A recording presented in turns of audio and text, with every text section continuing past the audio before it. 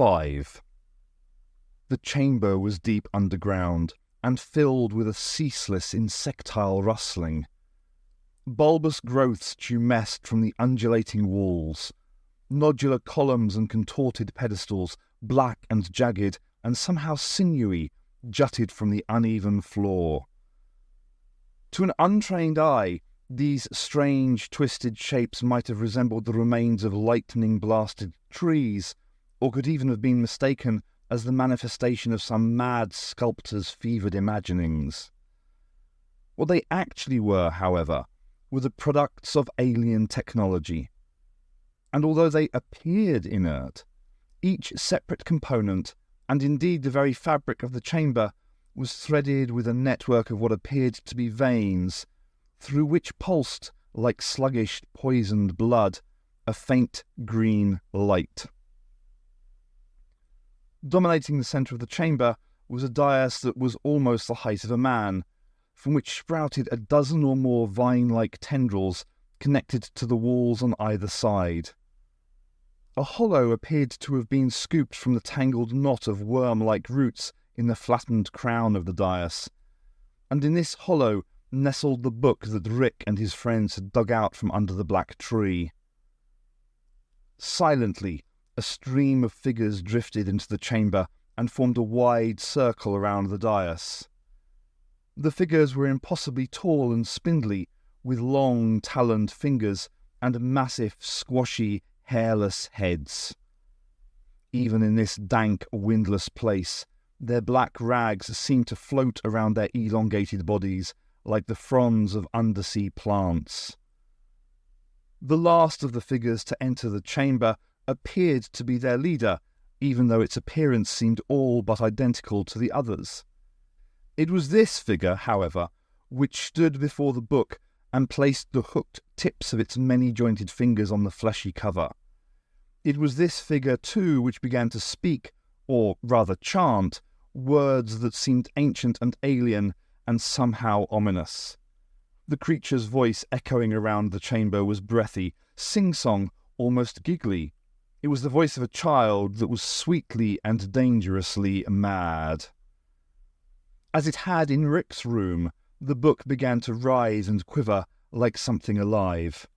Sparks of green light flickered and danced about its surface, and as each spark formed, it was sucked greedily away by the chamber itself. However, this didn't diminish the power of the book. On the contrary, as the chanting continued, the light produced by it gradually strengthened in both brightness and volume. Soon, green light was flowing from the book like mother's milk flowing into the bellies of many children. It flowed down the dais and radiated out across the floor in great gulping surges. It flowed through the tendrils attached to the dais and into the walls. It flowed into the nodular growths and contorted pedestals, invigorating them. The spindly figures looked around, grinning their horribly wide, jagged-toothed grins. They hissed in ecstasy and clicked their long, segmented fingers as the chamber came to glowing life around them. When the chamber had drunk its fill, the leader of the figures raised its right arm and turned its hand palm upwards, the fingers unfurling slowly like the legs of a massive awakening spider. As if responding to this movement, a bubble of swirling light formed in the centre of the book, and then rose slowly into the air before nestling into the palm of the leader's outstretched hand. The leader brought the hand close to its massive mouth, as if to swallow the ball of light. Instead, however, the creature whispered a further incantation, almost as though giving the light instructions. Finally, the leader stretched out an arm, raising its hand high above its bulbous head. The ball of light sat there for a moment, and then, as if propelled by some arcane purpose, it drifted away. Jim Tozier had decided this was to be his last Halloween. He had struggled on for 3 years with Tozier's Costume Emporium since Glenn had died, but his heart just wasn't in it anymore. It was Jim's dad, Pete, who had started the business in the 1950s, and Jim himself had taken over the reins in 1978 when the old man retired. Jim had met Glenn whilst on holiday in Florida in 1983, and though Glenn had become a partner in the business, with Dad's blessing, a year later, and had worked side by side with Jim for the next 20 happy years, it was Glenn himself who had insisted that Jim keep the store's original name. "TCE is an institution in the Falls," he would say. "Yeah, but so's the sanatorium up on Blackwood Hill," Jim would joke. Secretly, though, Jim had been glad not to have to change the name. It wasn't that he didn't want to acknowledge Glenn's contribution. He loved the man and would sing his praises whenever he could. It was simply that Tozier and Reed's Costume Emporium sounded kind of long-winded. Besides, it wouldn't have stopped folk still calling the place Tozier's out of habit, and neither would it have made folk any more nor less aware of what he and Glenn meant to each other.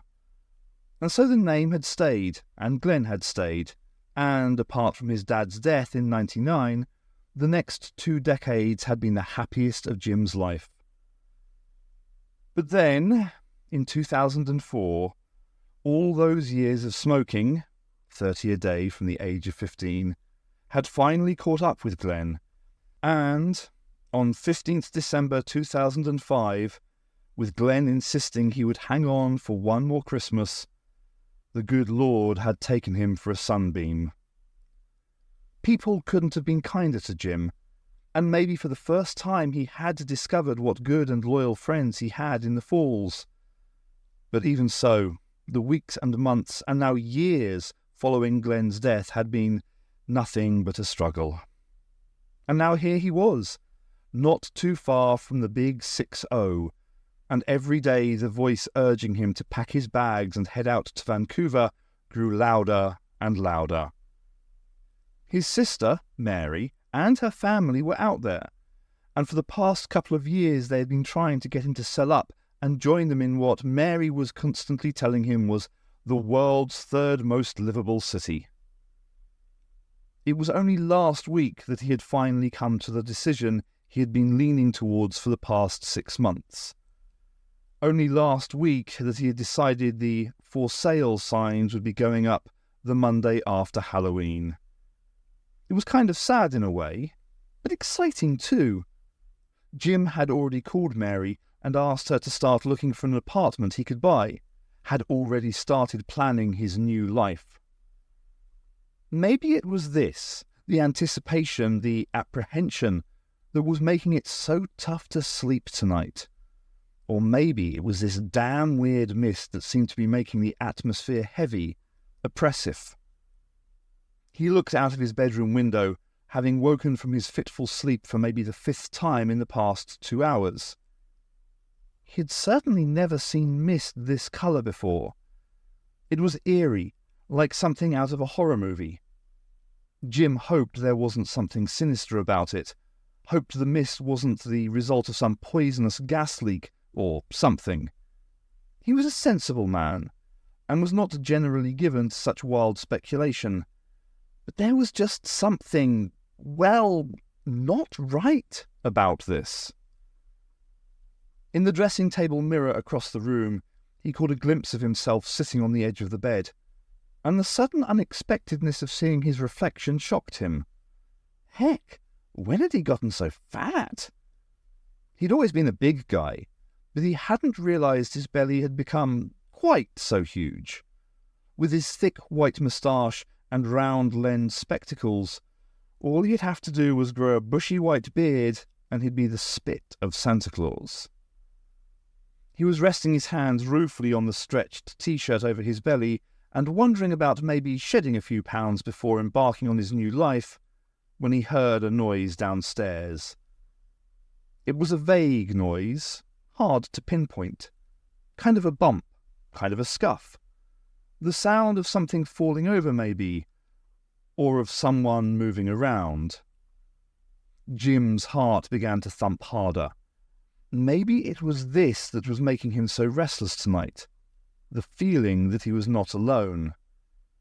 It was weird, But now that his mind had latched onto that thought, it didn't want to let it go. He had a sudden, almost overwhelming conviction that someone was downstairs, moving around among the costumes. Someone who was up to no good. His imagination started to go into overdrive. He pictured a cowled figure brandishing a big, shiny knife. "Stop it," he told himself firmly. "You're being ridiculous." Even so, he pulled on jeans, shoes, and a sweater before heading downstairs. If there was someone down there, he would feel a little vulnerable dressed only in boxers and a t-shirt. He wondered about taking something to defend himself with, but couldn't think of anything appropriate. He didn't own a gun, and he would never dream of using a knife. Plus, he was neither a golfer nor a baseball player. In the end, he settled on the long, heavy flashlight with the rubber grip he kept with his tools in the cupboard under the kitchen sink. If the worst came to the worst, he could rap any potential assailant over the head with it. Not that he would need to, he told himself. The building was over 100 years old, and the stairs leading down from his apartment to the shop creaked. Jim winced the first time it happened, but by the third or fourth he had come to terms with the fact that he had well and truly lost the element of surprise. He clomped down the remaining steps and slid free the bolts on the door at the bottom. Bracing himself, he shoved the door open and shone his flashlight directly in front of him at face height. That way, if some ravening lunatic came at him, he might dazzle them long enough to overpower them, or at least get away. But no one came at him. The shop was quiet and empty. Seemed quiet and empty. Shining his flashlight around, he couldn't deny that there were plenty of places where a potential burglar, or psycho, might hide. Take that rack of costumes over by the right-hand wall, for instance. Was it his imagination? Or had he seen them move just a little, as if stirred by a non-existent breeze? And the Halloween masks displayed on pegs above the counter. They'd never bothered him before, but now he couldn't shake off the feeling that they were watching him. And then there was the evil clown costume in the front window, draped over Sam the mannequin. It was facing front, designed to leer at potential customers who might be passing by the store. But when Jim's flashlight beam swept across it, didn't he see it move its head just a little? Didn't he see the faintest flicker from its floppy orange hair? Didn't he see an odd greenish glint in the empty eye socket of its grinning rubber face? He shuddered and realized his mouth was very dry. Too dry to issue a challenge to whoever, or whatever, might be lurking in the shadows. Aware that he was behaving like a frightened child, aware that he hadn't let his imagination run this wild since he was about 12, Jim stomped across the room to the light switch by the door. As he did so, he saw out of the corner of his eye the evil clown turn its head to follow his progress. Heart leaping, he swung his flashlight towards it. No, he had been mistaken. The clown was still facing front. It hadn't moved at all. He reached the light switch and jabbed it with a sweaty finger. Darkness was instantly dispelled. Shadow-clotted hiding places became harmless nooks and crannies. Jim breathed a little easier. As though attracted by the light, the green mist outside seemed to curl and drift towards the door, to press itself against the glass panels. Jim told himself he couldn't see shapes in it, told himself he couldn't see a pair of blurry hands squashing themselves against the glass, or a fat, doughy face with a yawning mouth peering in at him. Averting his eyes from the swirling greenness outside, he quickly searched the shop. There was nobody here. No one lurking between the costumes, no one hiding behind the counter.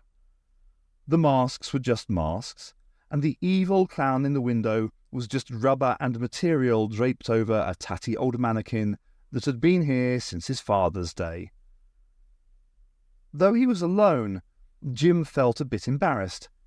He could imagine how Glenn would have hooted at his nervousness. Yeah, I know, Jim muttered, glancing towards the ceiling as if Glenn was up there somewhere, watching over him. He turned off the lights and clumped back up to bed. Yes, sir, he thought to himself. This was definitely going to be his last Halloween. Jim Tozier was not the only person in Blackwood Falls who was finding sleep hard to come by that night. Across town, 12-year-old Rick Pirelli was tossing and turning fitfully in bed, his sheets a sweaty tangle around his feet. His eyelids flickered, and he muttered to himself. He kept drifting in and out of wakefulness, though for the most part seemed to be hovering in a kind of limbo, where dreams and reality were knotted together so tightly it seemed impossible to pick them apart. In his mind's eye he kept seeing the book, kept feeling its bindings squirm under his fingers like flesh. Then he was standing by the black tree, then he was digging beneath it, sliding down between its roots into a stinking, filthy tunnel. Then he was fighting his way through green mist, trying to find his way home, but the mist was getting into his lungs and choking him, stinging his eyes and clamping itself to his face like clammy hands. He fought against it, but it wound itself around his legs like rope. And then Rick was back in his room in his bed, and it should have been dark, but it wasn't, because the room was lit by a sickly green glow. The glow was coming from the eyes of the werewolf costume he had collected from Tozier's that day, and which was now hanging on the back of his door like the pelt of some savage animal.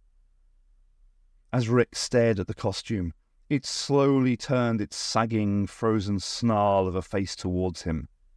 He cowered in terror beneath the pitiless scrutiny of its blazing, virescent eyes, and woke, gasping, sweat or possibly tears running down his cheeks. It was dark in his room. There was no green glow. Rick looked across at the black, lumpy shape of the costume hanging on his door. It wasn't moving. Of course it wasn't. It was lifeless as an old coat. He stretched out a trembling hand and turned on his nightlight. It was a revolving one. Superman, flying above the spires of Metropolis. A bit childish, he guessed, but Rick liked it. It made him feel secure somehow, made him feel that with Superman by his side, he was safe from the monsters. That weird guy, the Doctor, had given him a similar feeling. Not that he was a superhero or anything. He just seemed like the sort of guy you'd turn to if... If what? If the monsters really did show up, a little voice whispered in his head before he could stop it. Rick settled back down into his bed and pulled the covers up to his chin.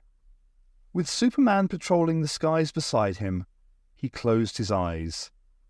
But it was a long time before he slept.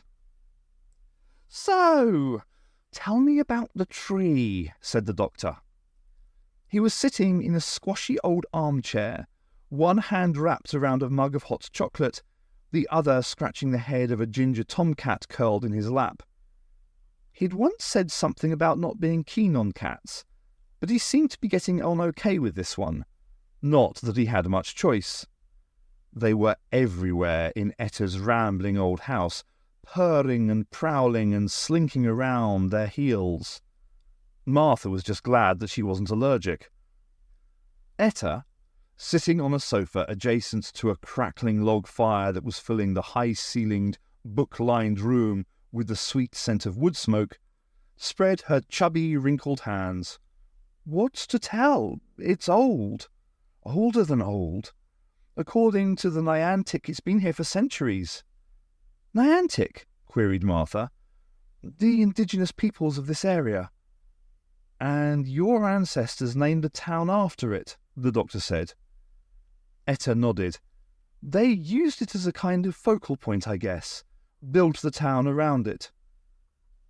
"But why falls?" the Doctor asked.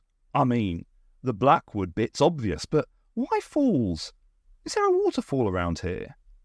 "It's not that," said Etta. "The Niantics believed that the tree didn't grow from the ground, but fell from the sky. They believe it hit the ground with such force that it buried itself deep in the earth, so deep that the roots pierced the spirit world and released a tribe of cannibal spirits called Hyoko. Hyoko, the doctor murmured, a fiercely intense expression on his face. What is it, Doctor? Martha asked. More jigsaw pieces? He was staring into the middle distance, evidently thinking hard. He said, and I don't think I like the picture I'm starting to see. Abruptly, his head jerked up, as if he was waking from a trance, and he stared at Etta. I'm guessing the roots of that tree extend right under your property, yes? She shrugged. I suppose. But what of it? I'm also guessing, he continued, that the members of your family who've lived in this house have had, he waggled the fingers of both hands at the side of his head, lots of weirdy brain stuff going on. Second sight, that kind of thing. Now Etta looked a bit more impressed. It's true that we've been blessed with certain psychic gifts, she conceded. Knew it, he shouted, jumping up and spilling the startled tomcat onto the floor. It gave a yowl of protest and stalked out of the room, tail in the air. The doctor raised his head and sniffed as if he could smell something burning. That pong is unmistakable, and my teeth are itching again. Can you smell it, Martha? I can smell cat pee, if that's what you mean, she muttered under her breath. Residual psychic energy, he exclaimed. It's all over the place. This house is steeped in it. Is it dangerous? Asked Etta, glancing around nervously, as if she expected to be able to see what he was talking about, like patches of dry rot staining the walls. Won't do you any harm, said the doctor. If anything, it's good for you. Invigorates the old grey matter. Bet you've never had any village idiots in your clan. I should say not, said Etta, a little stuffily. The doctor held up his sonic screwdriver. Mind if I do a bit of sonicking, just to see what's what? Etta waved an imperious hand. Be my guest. The doctor grinned and turned the sonic on. The tip glowed a brilliant, dazzling blue. In the black chamber, the softly pulsing green light that trickled through the veins of the place like lifeblood suddenly became more agitated. The spindly giants drifting about the room, tending to various items of equipment, stopped what they were doing. One by one their great heads creaked round, and the glinting caverns of their deep-set eyes focused on the central dais. The book was convulsing in its fibrous mountain like a fibrillating heart, jagged threads of green light skittering across its surface.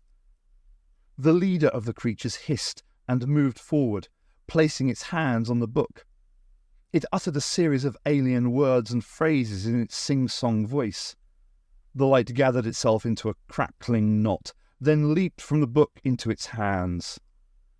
The leader opened its vast mouth wide, exposing rows of viciously pointed teeth, and let loose a breathy ululation of sound that might have been a war cry. It opened its hands and released the spitting orb of light. The light rose into the air, shedding sparks, and then, with a sudden, furious flash, it disappeared. Followed by Martha and a somewhat bewildered Etta, the doctor wandered around the ground floor of the old lady's house, sonic held out before him. Occasionally, he would stop to thrust the device at, or into, something, a portrait of a sombre-looking man with mutton-chop whiskers in the hallway, an ormolu clock, a basket of slightly wrinkly fruit on the dining table.